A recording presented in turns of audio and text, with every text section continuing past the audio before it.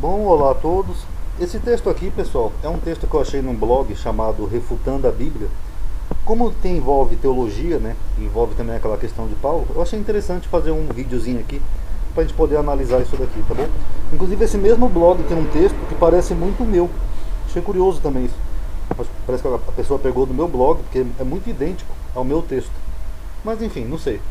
Então vamos falar um pouco sobre a questão de Paulo, né, na prática, que tem uma teoria de que Paulo não tem existido, né, mas que ele é um amálgama de outros personagens.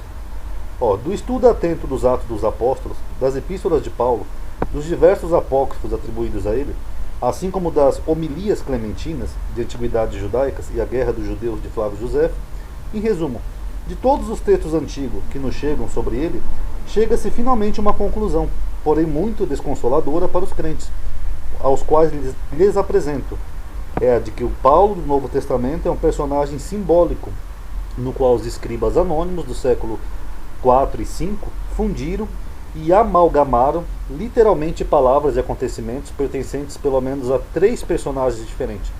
Três Paulos, dois dos quais foram imaginados a seu desejo e só um deles foi real. Na época em que foi.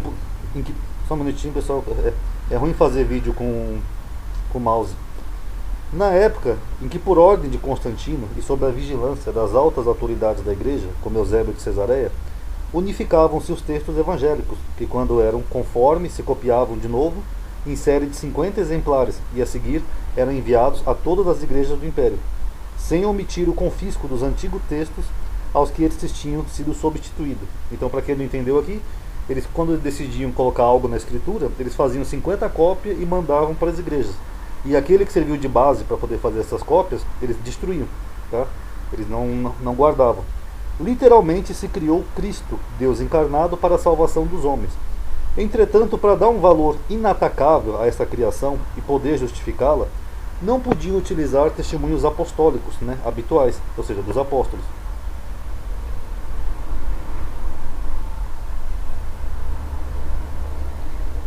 Perdão, pessoal. De maneira que se fabricou um personagem novo mediante a fusão de três personagens antigos. Os textos e os documentos de que estes eram indiscutivelmente os autores foram refundidos e recompostos.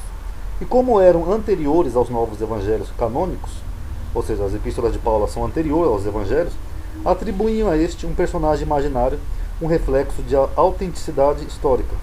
Nessa época, e ao longo de todos esses séculos, a mão de ferro dos poderes temporários, né, que Eusébio, os pais da igreja, etc., e ao longo de todos esses séculos, sob as ordens da igreja, perinde ad cadáver, achava-se sempre disposta a silenciar definitivamente a todo investigador mal pensante. Aqui, se eu li errado, vocês perdoem, tá, pessoal? É que esse notebook que eu estou usando, ele tem um risco aqui na tela, então às vezes ele apaga as letrinhas, tá? Por isso é que o Monsenhor Ricciotti pode nos dizer com toda a lealdade em seu Saint Paul Apóstolo, ou seja, esse autor aqui, ele escreveu um livro chamado São Paulo Apóstolo. Não sei se esse apóstolo aqui é parte do título do livro, mas enfim. As fontes que permitem reconstruir a vida de São Paulo se acham em sua integridade no Novo Testamento. Fora deste não se encontra virtualmente nada. Ou seja, você não tem um relato de um Paulo histórico. Os elementos que podem descobrir em alguns outros documentos não só são pouco numerosos, mas também, além disso, extremamente duvidosos. Que nem, por exemplo, eu vou dar um exemplo, por exemplo, Pápias, lá do começo do século, né? Ele menciona que conheceu alguém que conheceu um João, mas ele não menciona Paulo. Então esse é um exemplo, a gente não tem muita referência a Paulo. O ano de nascimento de Paulo não se desprende de nenhum documento, ou seja, ninguém sabe quando ele nasceu. Quanto ao ano do martírio de Paulo, né, que diz a igreja que ele foi martirizado em Roma, sob Nero, os testemunhos antigos são vagos e discordantes. Não se sabe nada a respeito do dia da sua morte, por exemplo. Também pode ter sido só uma construção. Também o abade Luiz, sem negar formalmente a existência histórica do personagem, deixando bem claro, ele concluiu que não se pode saber nada válido sobre ele. Bruno Bauer, são exegetas, e uma boa parte da escola exegética holandesa vão mais longe e concluem que se tratava de um personagem imaginário ou simbólico. Nós, por nossa parte, nos contentaremos ficando com o homem que apresenta no texto dos Atos dos Apóstolos e passá-lo pela peneira das verificações racionais, deixando às diversas igrejas a responsabilidade da impostura histórica, bem seja total ou parcial, se é que é. Bom, aqui na visão do autor do blog, ele acredita que houve o Paulo dos Atos dos Apóstolos, tá? Mas eu já fiz vários vídeos sobre Atos, inclusive eu fiz um vídeo completo, né, sobre a historicidade desse livro. Com todo respeito, esse livro é um dos mais falsos, né, do Novo Testamento. Tanto que até o Bart Ehrman fez um livro chamado Forjado, onde ele menciona isso daí, tá bom? E quais seriam os três Paulo? O primeiro é formado pela cultura grega, ou seja, um helênico. Ele vê Cristo como um ser divino descido através dos céus, né, parecido com o Evangelho de João lá.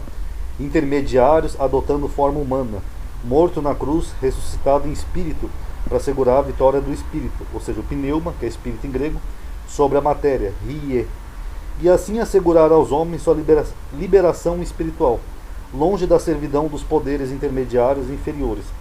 No segundo, traduzem-se as tradições nazarenas e bionitas, ou seja, aquelas comunidades que eram mais judaizantes da época.